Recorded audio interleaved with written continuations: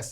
వెంకటరెడ్డి గారు ఏం చెప్తారండి? జస్ట్ బికాస్ ఆఫ్ ఇండిగో అన్ని విమానయాన సంస్థలు అందరు ప్రయాణికులు కూడా ఇబ్బంది పడుతున్నారు నేను చెప్పిన ఎగ్జాంపుల్ ప్రకారం, ఏం చెప్తారు? కరెక్ట్. అందరికీ నమస్కారం.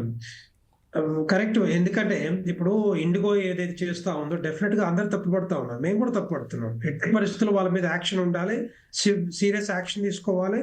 వాళ్ళు ఏదైనా ఇంకా ఈ ప్యాసింజర్స్ వచ్చే రిఫండ్స్ కాకుండా ఈవెన్ కంపెన్సేషన్ కూడా ఇవ్వాల్సిన బాధ్యత ఇండిగో తీసుకోవాలి. ఇష్టం వచ్చినట్టుగా వాళ్ళు ఇష్టం వచ్చినట్టు చేస్తా అంటే భారతదేశంలో ఊరుకునే ప్రసక్తి లేదు. ప్రధానమంత్రి నరేంద్ర మోడీ గారు కానీ లేకపోతే భారతీయ జనతా పార్టీ కేంద్ర ప్రభుత్వం కానీ ఊరుకునే పరిస్థితి లేదు చెప్పాలంటే. అందుకే ఏవియేషన్ మినిస్టర్ రామ్మోహన్ నాయుడు గారు కూడా దాని మీద సీరియస్ గా రెస్పాన్స్ ఇస్తా ఉన్నారు. దాని మీద కమిషన్ కానీ లేకపోతే ఎంక్వైరీ చేసేసి వాళ్ళ మీద ఎట్టి పరిస్థితుల్లో యాక్షన్ తీసుకోవాలని ఆలోచన. ఇదంతా కూడా జరిగిందంతా కూడా రీజన్స్ ఉన్నాయి, మీకు అందరికి ఆల్రెడీ మీకు అందరికి తెలుసు కూడా. ఏవైతే ఫ్లైట్ డ్యూటీ టైమింగ్స్ కానీ క్రూ మెంబర్స్ కానీ పైలట్స్ కానీ ఏదైతే టైమింగ్ కానీ లేకపోతే వీక్లీ ఆఫ్స్ ఉన్నాయో వాటిని పెంచాలనే ఆలోచన ఏదైతే గవర్నమెంట్ తీసుకొచ్చిందో, గవర్నమెంట్ కానీ డీజీసీఏ తీసుకొచ్చిందో, దాన్ని అన్ని ప్రైవేట్ విమానయాన సంస్థలు ఎయిర్ ఇండియా కానీ ఎయిర్ ఇండియా ఎక్స్ప్రెస్ కానీ ఆకాష్ కానీ తర్వాత విస్తార కానీ మిగతా అందరూ కూడా ఒప్పుకున్న తర్వాత ఇండిగో మాత్రం ఇంత సఫిషియంట్ టైం ఇచ్చిన తర్వాత ఆల్మోస్ట్ ఒక 10 months టైం ఇచ్చినాక కూడా ఆ నాబ్స్ పాటించకుండా వాళ్ళని వీక్లీ అవర్స్ ఇది పెంచుకుంటూ వాళ్ళని ఇబ్బందులకు గురి చేస్తా ఉంది. దాంతో భాగంగానే పైలట్స్ అందరూ కూడా ఢిల్లీ హైకోర్టుకు అక్కడ పిటిషన్ వేశారు. వాళ్ళ ఫేవర్ లో వచ్చింది చేయాలని.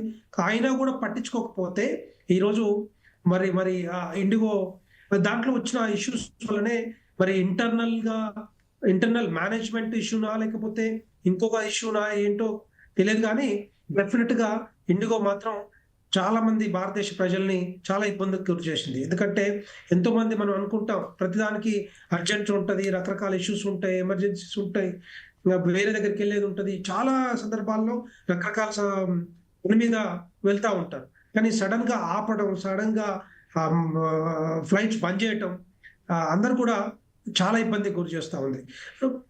అంటే వీటి మీద తీసుకుంటున్నారు. ఫర్ ఎగ్జాంపుల్ దగ్గర 5,60,000 మందికి రిఫండ్ ఇప్పించారు, 615 కోట్లు దగ్గర. సో దాంతో పాటుగా నేను కూడా చెప్తా ఉన్నాను, నేను కూడా ఏమని డిమాండ్ చేస్తా ఉన్నాను ఇండిగో సంస్థ వాళ్ళకి అది ఈ రిఫండే కాదు, దానికి కావాల్సిన కంపన్సేషన్ కూడా ఇవ్వాల్సిందే. ఎందుకంటే బయట విదేశాల్లో ఎక్కడైతే ఫర్ ఎగ్జాంపుల్ నేను చాలా దేశాలు నేను కూడా ఉండొచ్చు కాబట్టి అక్కడ ఎక్కడైతే ఫ్లైట్స్ క్యాన్సిల్ అవుతాయో సడన్ గా ఆపుతారో వాటికి రిఫండ్ తో పాటు కంపెన్సేషన్ కూడా వస్తూ ఉంటది. సో దాని మీద కూడా ప్యాసింజర్స్ కి ఇవ్వాల్సిన బాధ్యత ఉంటుంది. రెండవది ఏవైతే నార్మ్స్ ఉన్నాయో ఆ నార్మ్స్ కూడా పాటించకపోతే రేపొద్దున పైలట్ కి సఫిషియంట్ టైం దొరకకపోతే పైలట్ టైర్డ్ అయిపోతే నిద్రపోతే ఎటు పోవాలి, ప్యాసింజర్స్ ప్రాబ్లం ఏంటి, ప్యాసింజర్స్ కి ఏ విధంగా ప్రొటెక్షన్ ఉంటుంది, తర్వాత క్రూ మెంబర్స్ కి ఏ విధంగా ప్రొటెక్షన్ ఉంటుంది, ఏ విధంగా ఉంటుంది, ఈ అన్ని ఇష్యూస్ మీదనే ఆ నార్మ్స్ అన్ని చేంజ్ చేస్తే, రూల్స్ అన్ని చేంజ్ చేస్తే వీళ్ళు పాటించకుండా వాళ్ళు ఇష్టం వచ్చినట్టు చేస్తా ఉన్నారు. డెఫినెట్ గా ఎవరేమైనా కానీ ఎవరన్నా కానీ డెఫినెట్ గా సీరియస్ గా యాక్షన్ తీసుకోవాల్సిందే.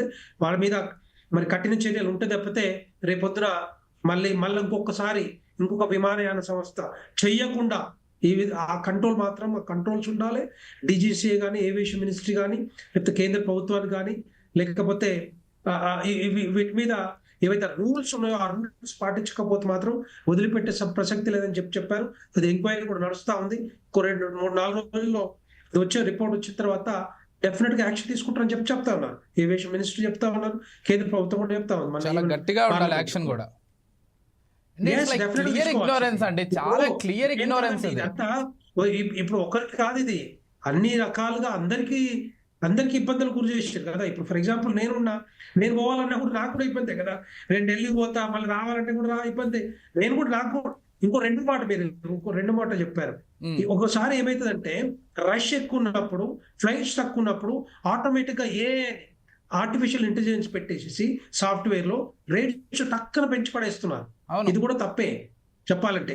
నేను ఒకసారి ఓత్ ఆఫ్ సెరమనీకి వెళ్ళినప్పుడు లాస్ట్ 24 లో ప్రధానమంత్రి ఓత్ ఆఫ్ సెరమనీకి వెళ్ళినప్పుడు వెళ్ళింది 6,000 రూపాయలు, వచ్చింది మాత్రం 35,000 రూపాయలు పెట్టుకొని వచ్చినప్పుడు దొరకలే, ఫ్లైట్స్ దొరకలే ఎక్కడ కూడా. సో అంత ఘోరంగా ఇష్టం వచ్చి పెంచుతా ఉన్నారు. సో దాన్ని కూడా కంట్రోల్ చేయాల్సిన అవసరం ఉంటుంది. డెఫినెట్ గా వీటి మీద చర్యలు ఉండాలి.